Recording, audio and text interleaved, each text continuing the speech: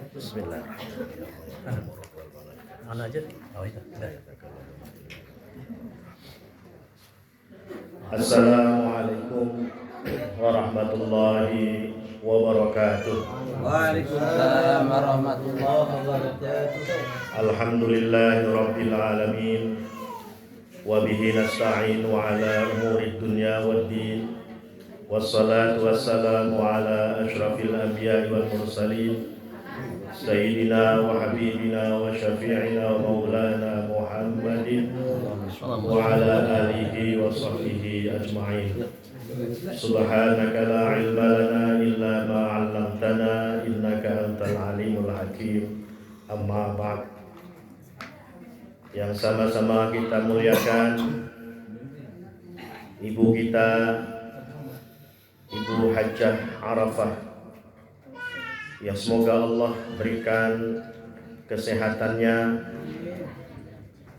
Allah limpahkan rezekinya, dan Allah panjangkan umurnya, dan Allah mudahkan segala urusannya. Allahumma amin. Kakak-kakak sekalian, adik-adik, saudara-saudara, ponakan semuanya, alhamdulillah pada pagi hari ini kita bisa berjumpa lagi. Setelah beberapa bulan saya absen karena pura-pura sibuk. Pura-pura sibuk. Enggak sibuk beneran. Alhamdulillah pada pagi hari ini ditakdirkan kita bisa ketemu lagi. Dan ini kita ada di bulan haji. Ya. Orang-orang saudara-saudara kita sudah pada berangkat. Ada juga yang belum berangkat ya. Ya, kita doakan mudah-mudahan semua yang berangkat dimudahkan oleh Allah urusannya, dan mereka semuanya mendapatkan haji mabrur. Dan kita yang belum berangkat pada hari ini, pada kali ini, mudah-mudahan Allah mudahkan untuk berangkat haji pada tahun-tahun berikutnya dan juga umroh insya Allah. Karena itu kita akan bahas bersama-sama tentang haji sedikit saja. Qala al-musannif rahimahullahu ta'ala wa nafa'na bihi fi ulumihi fi daraini amin. Qala Allah azza wa jalla wa adzin fin nasi bil haji ya'tuka rijalan wa ala kulli dhamirin ya'tina min kulli fajjin amin. Jadi awal mulanya haji itu dulu ketika Nabi kita Ibrahim dan Nabi Ismail alaihi wassalam diperintahkan oleh Allah Subhanahu wa taala untuk membangun kembali Ka'bah. Nabi Ibrahim disuruh untuk membangun kembali Ka'bah, untuk melaksanakan sholat di situ. Kemudian setelah jadi, Allah berfirman, wa adzin fin nasi bil haji, serulah kepada seluruh manusia bil haji, dengan melakukan haji. Haji itu artinya kita datang berbondong-bondong, itu haji. Itu bahasa itunya haji. Tapi kalau haji yang ini sudah menjadi istilah tersendiri ya. Tapi kalau misalnya kita membaca bahasa Arab ini, ada orang-orang yang datang berduyun-duyun ke Vatikan, orang Kristen. Itu juga dalam bahasa kadang dikatakan yahujuna ila Vatikan, haji ke Vatikan. Sehingga ini kadang memberi orang yang tidak paham dengan asal bahasa Arab itu kemudian memahami bahwa mereka juga berhaji ke Vatikan. Bukan, artinya haji secara definisi ya, dengan haji secara bahasa itu beda ya. Yaitu karijalan, mereka maka akan datang ke sana secara baik yang jalan kaki gitu. Jalan kaki, pakai sepeda motor, ada juga kan yang pakai mobil, pakai pesawat. Wa ala kulli dhamirin, dan siapa saja. Luar biasa, haji itu sampai sekarang orang dari mana saja, dari pelosok mana saja, itu yang Allah sudah sampai panggilan Allah pada dirinya, itu akan datang dengan berbagai cara. Min kulli fajjin amik, dari pelosok dunia manapun. Dari yang paling jauh mana sih? Kalau dari Indonesia paling jauh Amerika misalnya, Afrika mana yang dari negara yang paling terpencil pun itu karena panggilan Allah Subhanahu wa taala ya, mereka bisa datang ke sana. Wa qala Qatadah lama amara Allah azza wa jalla Ibrahim sallallahu alaihi wasallam wa ala nabiyina wa ala kulli abdin mustafa ayyub az-zina fin nasi bil haji. Allah memerintahkan kepada Nabi Ibrahim ya untuk memanggil tadi, ya ayuhan nas innallaha azza wa jalla bana baitan fahajju. Wahai sekalian manusia, bahwa Allah telah membangun Ka'bah melalui Nabi Ibrahim, maka berhajilah ke sana. Maka berduyun-duyunlah datang ke sana. Itu maksudnya. Berduyun-duyunlah datang ke sana. Liyashhadu manafi'a lahum, untuk mendapatkan manfaat-manfaat yang banyak. Nah, manfaat-manfaat ini sebagian ulama mengartikan adalah perdagangan. Karena dengan haji itu ternyata Saudi Arabia itu jadi kaya raya diantaranya karena orang pergi haji dan umroh. Bayangin aja satu orang habisin berapa juta kalau orang Indonesia di sana kan, belanja di sana apa semuanya, dari visanya, dari semua. Maka mereka sangat gembira.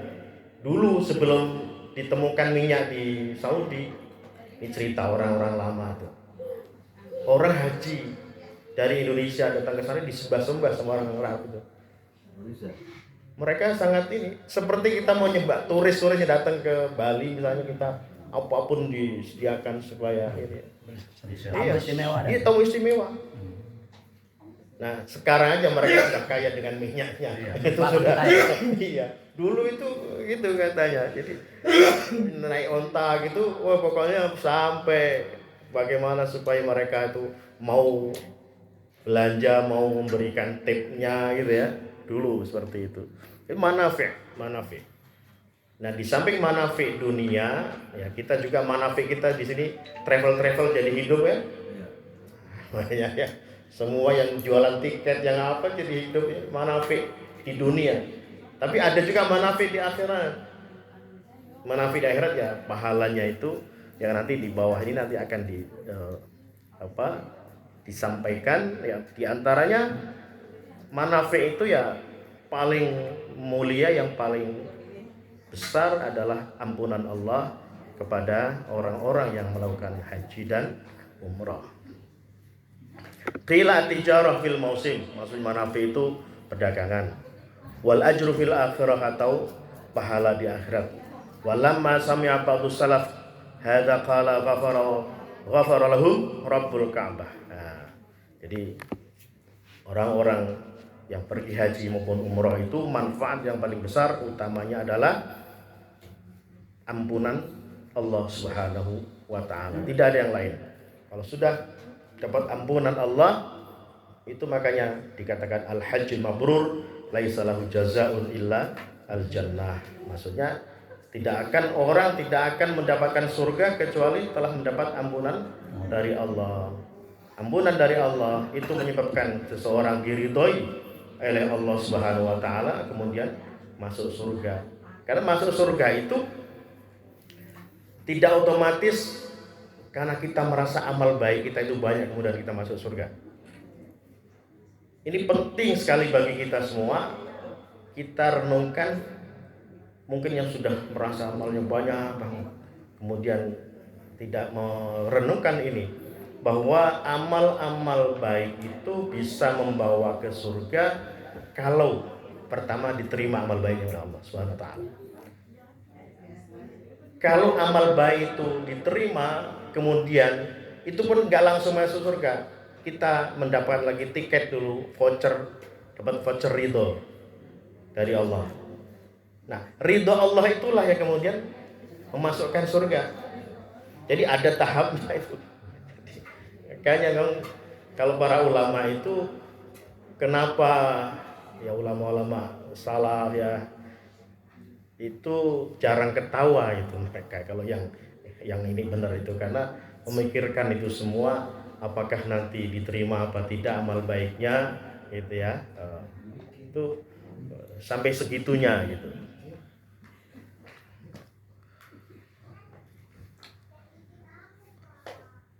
Qauluhu azza wa jalla aq'udanna lahum siratakal mustaqim. Jadi nanti orang-orang yang haji dan umrah yang makbulah, haji yang mabrurah, itu akan diberikan jalan siratal mustaqim, jalan yang lurus untuk menuju akhirat, menuju surganya Allah Subhanahu wa taala. Ai tariqu Makkah yaqudu syaitan 'alaiha liyamna'an nasa minha. Jadi ini terjemah penafsirannya diantaranya adalah bahwa jalan menuju ke Mekah itu jadi kita misalnya dari Jeddah ya, kita dari Jeddah naik mobil, naik taksi atau apa, itu ceritanya, atau naik onta kalau zaman dulu, itu setan-setan itu di situ berjajar menghalangi kita dengan berbagai macam caranya supaya jamaah haji dan umrah itu tidak sampai ke Mekah, karena itu kerugian besar bagi setan itu.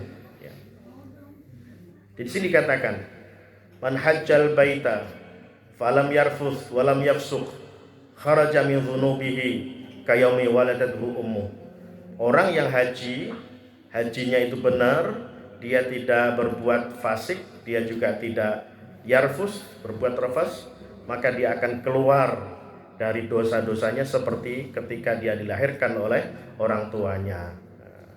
Wa qala aidan ma ru'a syaitan fi yaumin asghar wal adhar wal ahqar wal aghyad minhu yaumul arafah. Apalagi kalau di hari Arafah. Di hari-hari Arafah itu setan kelihatan kurus, mukanya kuning. Kena penyakit kuning gitu ya. Iya, ahqar, jelek. Kelihatan jelek, kurus gitu ya. Pokoknya kenapa begitu gitu ya? Wa ma dzalika illa lima yura min nuzulir rahmah wa tajawuzillah subhanahu wa ta'ala ala dzunubil 'azam. Itu karena pada hari Arafah itu Allah berikan rahmatnya kepada semua jamaah haji. Kemudian setan menyesal. Dia sehingga karena saking sedihnya, menyesalnya itu dia jadi kurus, mukanya kuning, saking pucat maksudnya. Kena penyakit kuning, pucat gitu ya. Kena liver. Nah itu karena apa? Karena menyaksikan saking sakit hatinya, menyaksikan orang-orang yang selama ini sudah digoda, sudah ternyata pada hari itu diampuni semuanya dosanya oleh Allah Subhanahu wa taala. Maka jeripayanya selama ini sudah gagal total. Gagal total, nyesek udah dia. Inna minadh dzunuban la yaghfiruha illa al-wuquf bi Arafah. Ada dosa-dosa yang tidak diampuni oleh Allah kecuali dengan dia wukuf di Arafah. Ya, karena itu penting sekali kita doakan, kita berdoa bersama-sama, kita semua bisa berangkat haji kapanpun ya, dengan cara apapun ya. Kalau Allah sudah berkehendak, insya Allah jalannya dimudahkan oleh Allah Subhanahu wa taala.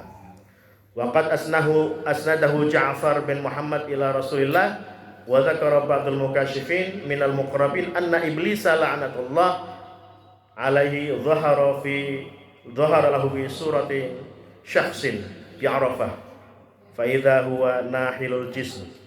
Bahwa di hari Arafah ada iblis yang memperlihatkan diri kepada orang-orang yang tahu ilmunya, wa huwa nahilul jism, badannya kurus, kering gitu ya. Musfirul laun, tadi mukanya itu kuning, kena penyakit kuning, kena liver kata. Bakul ain, matanya berderai air mata, menangis.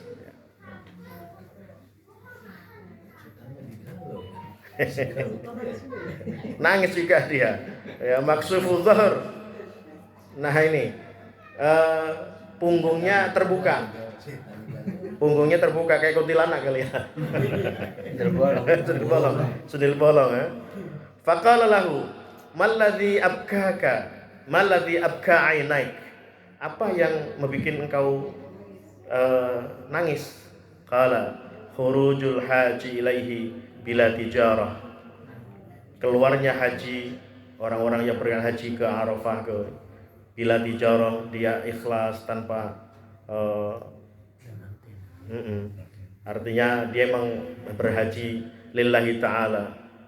Aqulu qad qasaduhu akhafu alla yukhibahum fayuhzuni dzalik. Padahal sudah digoda oleh setan itu tapi enggak bergeming, maka dia sedih gitu. Dia sedih sehingga kurus kering, punggungnya sampai terbuka. Faman ladzi anhala jismak qala sahilul khaili fi sabilillahi azza wa jal walau kanat fi sabili kana ahabbu ilayya. Dia karena orang-orang haji itu dia tekun di hadapan khusyuk ya, melakukan haji ya, maka dia sedih sekali. Seandainya dia mengikuti setan itu, maka iblis itu, maka dia akan senang.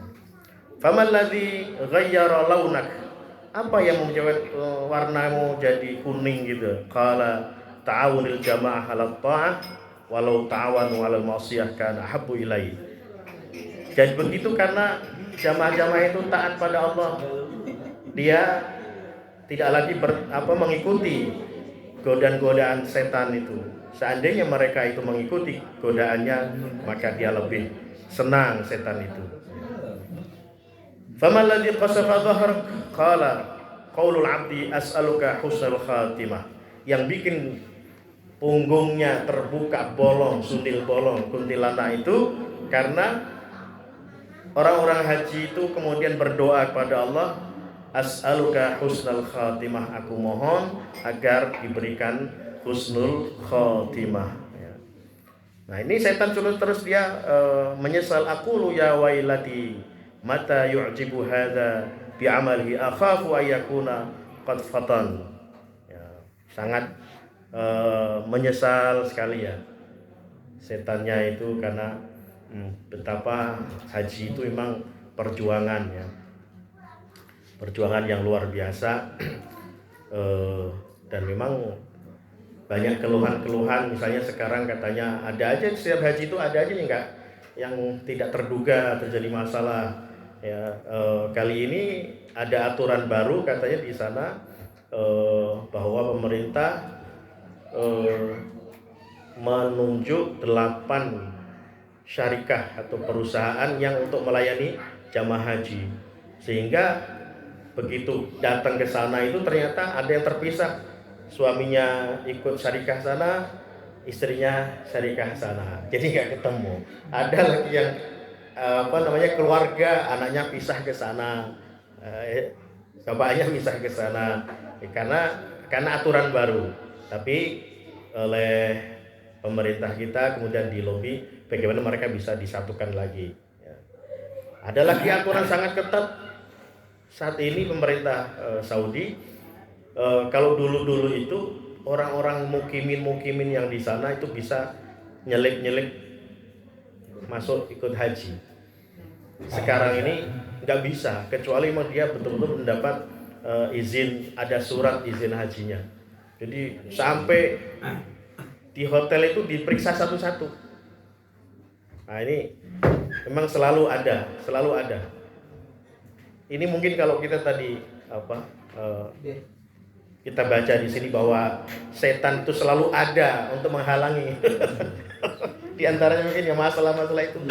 Betul-betul ujian itu sampai kita di Mekah sampai ada ujian. Kalau dikatakan haji tidak boleh marah-marah, ini banyak terjadi. Sampai di sana orang haji itu marah-marah karena merasa tidak diraih dengan baik. Nah ini mungkin kita perlu perlu introspeksi juga bahwa ketika kita haji udah dipesan dari awal tidak boleh marah-marah, artinya apa? Harus sabar dengan keadaan peraturan yang macam-macam itu, harus sabar, harus sabar. Menggodaan ya. Godaan, memang itu godaan. Ya, dulu tahun 2006 ketika orang tua kami haji dari kampung sampai sana, sampai 3 hari nggak dikasih makan, cateringnya terlalu lambat. Ketika saya telepon tanya gimana, ada pisang, makan pisang. ada orang datang ngasih makan, tapi alhamdulillah biasa, sudah biasa lapar kata Kelebihannya kata orang, luar biasa, orang pada marah-marah. Jadi saya telepon, udah biasa lapar biasa aja. Nah itulah apa yang demikian itu ya, kesabaran, semua itu ujian.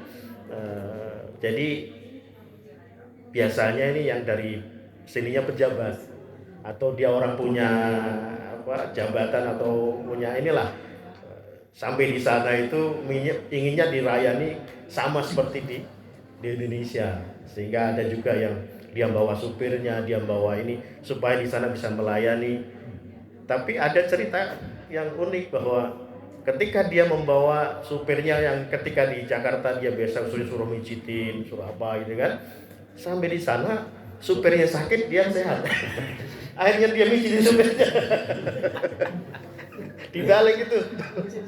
Iya. Jadi dia sampai di sana itu nggak tega lihat supirnya sakit, dia mijitin itu. Cerita. Jadi saya mijitin supir saya sampai di sini. Ya seperti itulah, dibalas ya. Kalau di dunia dia ketika di Indonesianya dia suka minta nyuruh supir mijitin, sampai di sana maksudnya biar bisa mijitin dia, malah dia mijitin supirnya. Ini semuanya kehendak Allah Subhanahu wa taala. Mungkin itu dulu, nggak usah panjang-panjang nih. Nanti kepanjangan malah tidak masuk.